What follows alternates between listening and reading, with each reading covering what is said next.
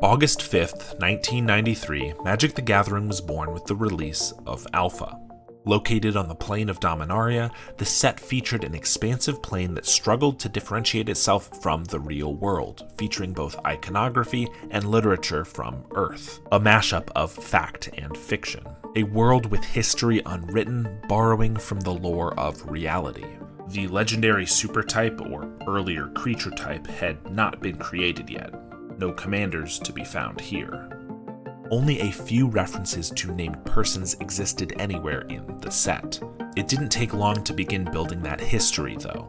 After a quick detour to the 1001 Plains of Rabaya, we returned to Dominaria with Antiquities, where a core story began to emerge. A tale of two brothers finding ancient artifacts in a cave, a war burgeoning from their own selfishness, and eventually a swift end to not just their conflict, but entire portions of Dominaria, the saga of the Brothers' War. The stories of Dominaria compounded as set after set, we stayed on the central plane, the nexus of the multiverse. Every few years, a detour was made for a set or even a block to Olgrotha, Wrath, or Mercadia, but there was never any doubt of returning to the headquarters of Magic. In 2003, 8th edition brought with it the modern card frame, and with it, a very new approach to worlds. Rather than a story revolving around a central plane, why not change worlds every block? We began exploring the planes in the periphery, Mirrodin, Kamigawa, Ravnica. In 2006 and 2007, we landed on Dominaria once again to see history being made, with the conclusion of the Ice Age block, and the Time Spiral block bringing about the Mending, a quelling of planeswalkers in both number and power level. But from there we left Dominaria, and rather than follow the story of a protagonist plane, we began following a cast of characters and their adventures through many various worlds, some we'd seen before, many brand new. The set Dominaria debuted in 2018, and in Mark Rosewater's article entitled Returning Home, we learned the reason it took so long to return to Dominaria was that the plane had a small problem. Because we had spent so many years and so many sets on Dominaria, it didn't have a singular identity.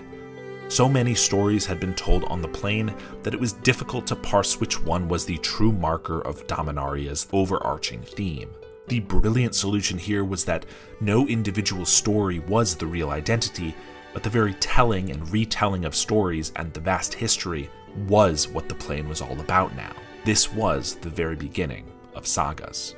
With a new frame showcasing a narrow vertical display of in-universe artwork from colorful stained glass to monochromatic stone carvings, Sagas offered a meta composition on a singular piece of cardboard, a painting of a painting, a story being told within a larger story. Sagas are an elegant design, taking real, in-game time to reenact a significant event from Dominaria's past. Some of these tales the player would be familiar with just from a cursory knowledge of previous blocks. Others illuminated a pocket of lore less well known. Aside from some strange wording and timing about when you add a lore counter, when exactly is after your draw step, Sagas were a seamless blend of mechanics and flavor. The bottom-up design merging perfectly with the top-down, quite difficult to even discern which came first. Did the designers seek out the logical mechanics of telling a story, or devise a multi-turn value engine and connect the idea to a tale of legend being relayed? The majority of mechanics are never revisited, but when a great design is achieved, it may be called upon in a future set, and at that time will likely push the boundaries further. A great example of this is split cards, originally introduced in Invasion. Out of a single card, the player is given a choice about what effect to cast of two different monocolor options. As split cards were reused, multicolor designs were explored, followed by single-color split cards in Future Sight. Dragon's Maze asked the question, ¿Por qué no los dos? What if you could cast both, but in a specific order? What about hybrid mana? What if you could cast both in a specific order, but one was a creature? What if you could cast both, but they were enchantments? What if you could only cast one, but one of them was a creature, and the other shuffles back into your library, I guess? This is the 25-year evolution of one of the greatest mechanics in Magic's history. Sagas have undergone a very similar timeline, but compacted into only 7 years. Our first revisit to Sagas was in Theros Beyond Death, not even 2 years after Dominaria's release. And it makes sense to revisit them here. What plane could better utilize Sagas than Theros, a story-rich world of Greek-inspired origin?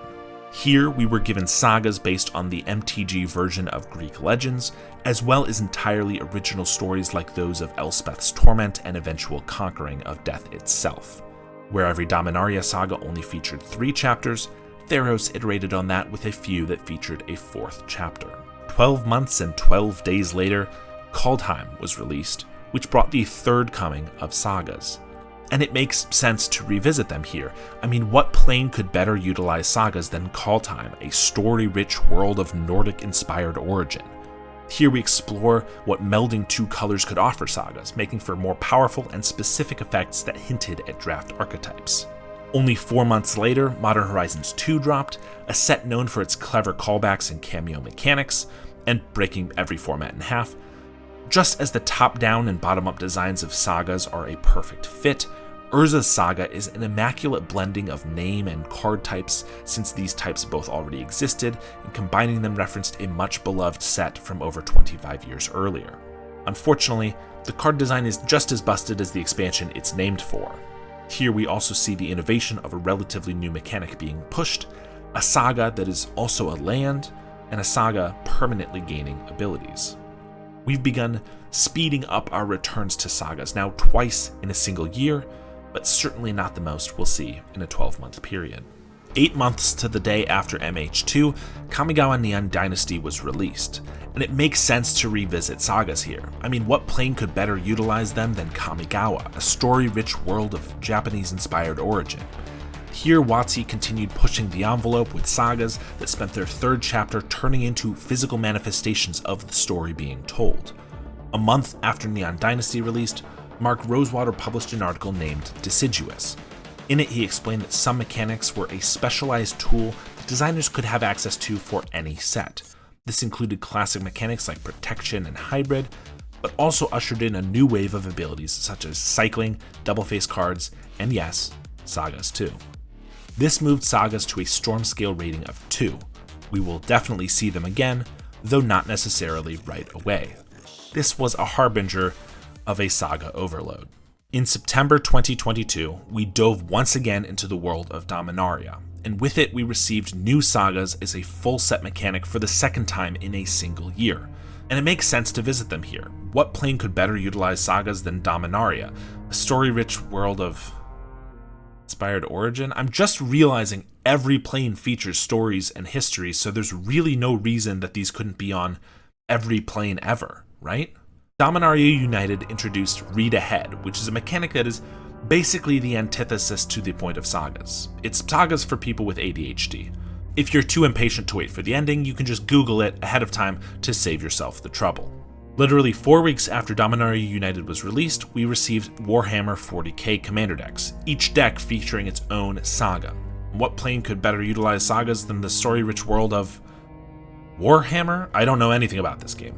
It did bring us our first 3-color sagas, so I guess that's kinda cool. Just over a month later, the Brothers War commander deck gave us the eponymous The Brothers War saga, a rendering of the story first introduced in Antiquities 28 years prior. This was the 4th installment of Sagas in 2022, and yet not the year that fit in the most separate additions to the mechanic's legacy, 2023. March of the Machine turned the multiverse upside down and inverted Kamigawa's saga innovation, bringing us creatures that turned into sagas. The dreaded Phyrexian Praetors, when able to meet a specific condition, enacted their grand plan, transforming into a procession of your opponent's doom. These mythic double-faced cards also answered the question WotC had been asking: how can we fit 125 words on a single Magic card? Modern Horizons 2.5 was released on June 23rd in the form of Lord of the Rings, where we once again received sagas in full force, with iconic historic events such as the creation of the ring, the entire journey of the Hobbit, and cooking dinner? How is this a saga? It's like a 45-minute incident of no significance that no one wants to listen to. Who was desperately wanting to cast a Hobbit mukbang at the pre-release? Here we also receive a saga with 6 whole chapters, the most that we've seen so far. On August 4th, one of the Commander Master's precons contained Battle at the Hell Vault, a card I literally didn't know existed until I started making this video, and truthfully seems utterly redundant. The Hell Vault already encapsulates the effects of the first 2 chapters, and this Avacyn already exists as a card, more or less. I understand this is a historically significant event of Innistrad, but it feels like that story has already been told on a few separate cards. 35 days later, Wilds of Eldraine released, giving us 8 new sagas, including more inconsequential food-based sagas. 33 days after that, Doctor Who Commander decks dropped, bringing 19 new sagas, including probably the design I have the biggest problem with, Blink. To be honest, the design is very evocative of the Weeping Angels. Shuffling a creature back into its owner's library feels much like that creature has been thrown back in time, and creating a token that turns back into a statue when another creature enters feels flavorfully accurate and makes for some interesting gameplay. The problem is that they made the same card twice. This feels like someone created 2 designs for the same concept and chose to include both, rather than leading towards the superior one, which in my opinion is the creature. My other issue with Blink is something you may have noticed. It took me 4 times reading this card to realize that the chapters stagger, so you shuffle a creature, then make an angel, then shuffle a creature, then make another angel. And I know you could just say RTFC, but I feel this card has not just pushed the boundaries but broken through them. Sagas are supposed to present a linear story, an event that happened a certain way, walk through the acts of that story over the course of a few turns. Read Ahead messed with this a little bit, but Blink, dancing back and forth between abilities, feels incongruent with the premise of Sagas. You could also say it's a lot cleaner than fully spelling out these 2 abilities 2 separate times, and I'd agree, but still think it makes for an awkward first understanding of the card. November 17th gave us a single saga, once again on the back of a legendary creature, but this one a particularly ironic character choice. The mechanics of Sagas, a card enacting various effects turn after turn, was a prototype design for Planeswalkers. They didn't keep that design for Planeswalkers because it didn't feel like it gave those characters any agency. Why would Garruk automatically trigger his overrun effect if all of your creatures have been killed? Over 10 years later, the design was revisited since the telling of a story didn't require any agency. This means that Watley turned from a Planeswalker to a creature and then back to a proto-Planeswalker. The very same day, we received the Universes Beyond Jurassic Park saga with the very descriptive name Welcome To, which is also very similar to a saga printed only 2 months before. This brought about the conclusion of 2023 sagas, with a total of 49 unique cards being printed with the subtype, over a third of all sagas that had been printed at this time. 2024 kicked off on March 8th with 8 new saga designs in the Fallout Commander decks, representing the various vaults of the game. I don't have any comment on the flavor of these, as the only understanding of Fallout I have is from the Amazon show. This card's mechanics are kind of cool though. Modern Horizons 3 was released on June 14th, bringing with it 5 Planeswalkers in their literal actual baby forms, as well as a momentous story beat in their early lives. Here, WotC pushed the envelope by printing the worst tutor I've ever seen in my entire life. Assassin's Creed mimicked MH3, giving us just a cycle of monocolored sagas that were relatively unimpactful. It feels we've cruised through so many designs in a short span that these are now just mundane, uninspired. Some cards like Fall of the First Civilization have basically no synergy with themselves, just stapling random abilities to chapters. I haven't played these games either, so maybe this set of abilities perfectly encapsulates this history, but even appreciating the potential top-down design doesn't change that from a bottom-up perspective, this and many other recent sagas have become lackluster. September brought us to Duskmourn with a single saga about Tamio. Didn't we already get one of those? This card actually captures a very unique design, encouraging deck building in a specific way to maximize value. And yet, I'll still find a way to complain about it. For some reason, this saga is legendary. During their creation, sagas were all legendary, but that was so that the accompanying historic keyword would work with them, something they fixed by adding the saga subtype and directly referencing it.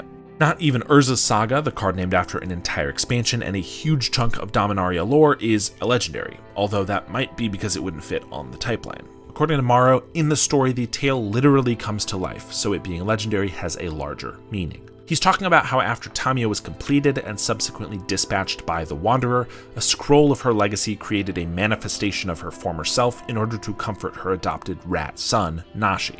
That makes me sound literally insane. The legendary status is granted as this is a single physical representation of Tamiyo's legacy, but the very purpose of Sagas was to separate the story from the pages it was written on. There's only one copy of Tamiyo's journal, but many planeswalkers could fill the time telling of Tamiyo's brave acts. In any case, after Duskmourn, we nearly catch up to present day. April 11th, 2025, Tarkir Dragonstorm brings with it a brand new cycle, finally giving us Universes Within 3-color sagas. And these cards are cool. Some of them may seem ridiculously powerful from a limited lens, others may feature powerful abilities that altogether don't equal designs I'm really in awe of, but I like Thunder of Unity, an interesting spin on a classic win con that asks the question, how can I get as many creatures as possible to enter the battlefield this turn? Final Fantasy is just around the corner, and it will contain at least one saga, not a creature first or after, but concurrently. I recorded that 2 months ago when we only had a couple teaser cards for Final Fantasy, only one of which was a saga, but since I didn't finish the video soon enough, now I get to discuss all of them. Final Fantasy features 23 saga cards, tied for the most in a single set with Kamigawa Neon Dynasty. And honestly, the creature sagas are really cool designs. An interesting play on the old ability Vanishing, or Fading, which allows your creatures to have a pushed design because in just a few turns your creature will act as its own removal. I really enjoyed these cards. Despite creature sagas being exciting new design space that would be plenty enough for the set, sagas also appear as the transformed side of creatures yet again, and artifacts and sorceries for the first time. I don't think there's anything inherently wrong with artifacts and sorceries becoming sagas, but 3 new unique methods of using sagas in a single set is the biggest indication to me that we're racing through ideas without proper pacing. I'm sure we'll continue getting sagas every couple of sets. I'm sure there's a long history of the Blind Eternities, or Lorwyn, or Avatar: The Last Airbender. Dominaria is one of my favorite sets ever printed, and that's due in large part to the creation of sagas, close to what I would call a perfect mechanic. But every mechanic has a limited amount of design space, and the speed at which sagas are being printed, I fear the end of that space is approaching at a rapid velocity. Thank you so much for watching, I really hope you enjoyed. Thank you so much to my $10 patrons Howard Granger, Laars, JMW, and Luca I. I really appreciate the support. It makes it a lot easier to make videos like this, which are not necessarily my normal videos, but are ones that I have a lot of passion for anyway. Thank you so much for watching, and I will see you next time.